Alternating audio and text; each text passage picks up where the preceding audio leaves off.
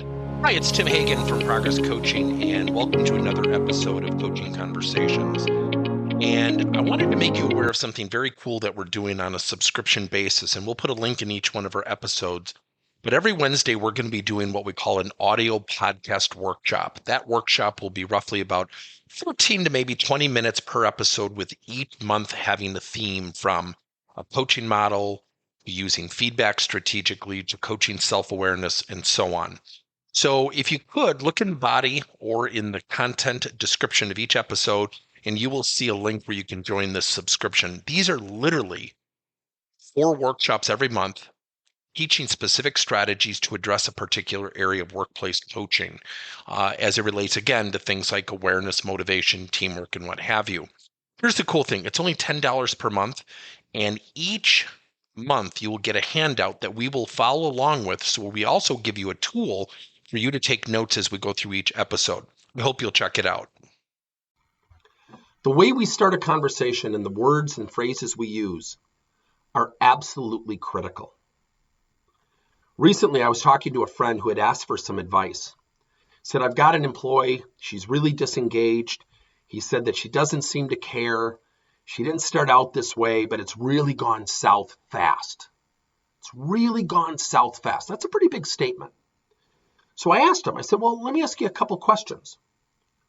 How many times have you met with your employee? He said once. I said, awesome. How did you start that conversation and what did you specifically say? And here's the phrase that triggers an absolute domino effect associated with the lack of trust, poor conversations, deteriorating engagement, low talent development, and anything else you want to add to the list.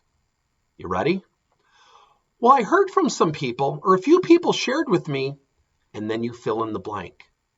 So I stopped my friend. I said, so at the moment you said, I heard from a few people, what did your employee look like? He said, what do you mean? I said, what was her facial expression when you did that? He said, geez, I don't remember. And I said, well, let's play this back. I want you to forget your situation with your employee. I come up to you tomorrow and I say, I heard from a few of your leaders, you're not, and I fill in the blank. What's your first thought right now? He said, who said it? I said, were you prepared to share that with your employee? He said, no. I said, so guess what you just accomplished? A lack of trust and a distraction from the real issue, her opportunity to improve. The reason it's an opportunity is this is only your second coaching conversation. The first one, she probably left thinking, I wonder who said that. Boy, I think it's that guy down the hall. He's never liked me. That phrase, I heard from someone, or a few people shared with me, is managers' insecurity of dealing with the issue head on. Remember, when we start coaching conversations, there are opportunities to improve. This person may not even be aware. This person might have something going on in their personal life. This person just maybe has a medical issue and has low energy and doesn't even realize the perception she's giving off. Yet when we start a conversation, I heard from a few people, 2 things have occurred. We've got them thinking about who said it, which has nothing to do with what they need to improve. And number 2, when they say, who said it? Well, I'd rather not say. You've now created a lack of trust.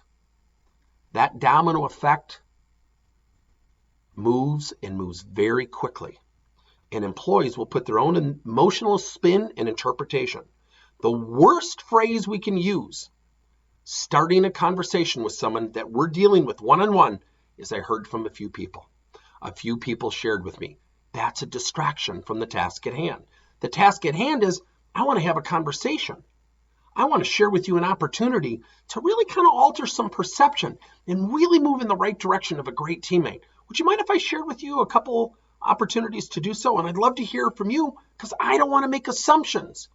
That's a permission-based question in the sword, so I don't make assumptions. I demonstrated this to my friend and then role-played with him.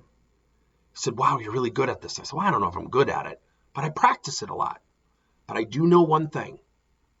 The way you start a game is typically the way you're going to finish a game. If you start a project with a negative attitude, you don't magically have a positive attitude at the end. And a lot of times when we use language, we can very quickly distract. So think about this for a second. I heard from a few people, and then you fill in the blank. What's your first reaction? It's usually, who said it? Why didn't they come to me? And now you're in this defensive stance receiving this conversation. The way we start conversations is critical. Remember the 5 words. We share opportunity, perspective, and observation. So I demonstrated to my friend, Jill, would you mind if I shared with you an opportunity where I think we could work together? I'd love your permission to share a couple perspectives and observations. And I certainly want to hear from you so we can share and really kind of, level the playing field so we can see things from both parties' perspectives, and we can continue to have a dialogue so we can alter some perceived perceptions that may or may not be occurring. We're in it together. Share, it's a friendly way to disseminate. Opportunity is the whift. What's in it for them? See, when you use the word opportunity, it sounds okay. It sounds like I can participate in this conversation. There's something in it for me. Versus, who said it? Also, when you are having these conversations, ask yourself honestly, is this your first conversation? If it's your first conversation, you are not going to solve the world's problems. This person's attitude and perceived negativity or lack of teamwork is not going to be cured by 2:00 today. We have to start these conversations with an objective. And if we're early on in the process, we're building awareness. If we're a little bit more down the path, we're probably taking some action and activities to facilitate improvement. Where are you at in the conversation? What's your objective? And how are you going to start so the people you're coaching are receptive? Good luck. Thank you for listening to another episode of Coaching Conversations by Tim Hagen and Progress Coaching. Now, our company is always coming out with new and innovative solutions to help leaders coach their employees. And recently, we just created a new service called Coach to You, where leaders can pick and choose topics and assign 7 to 21-day programs for employees to learn and, more importantly, apply actions and then reflect and share what they're going to do going forward as a result of the learning. It's called Coach to You. We're literally bringing coaching to your employees. If you're intrigued, we'll have a link in each one of our episodes where you can get more information. And again, thank you so much for listening to another episode.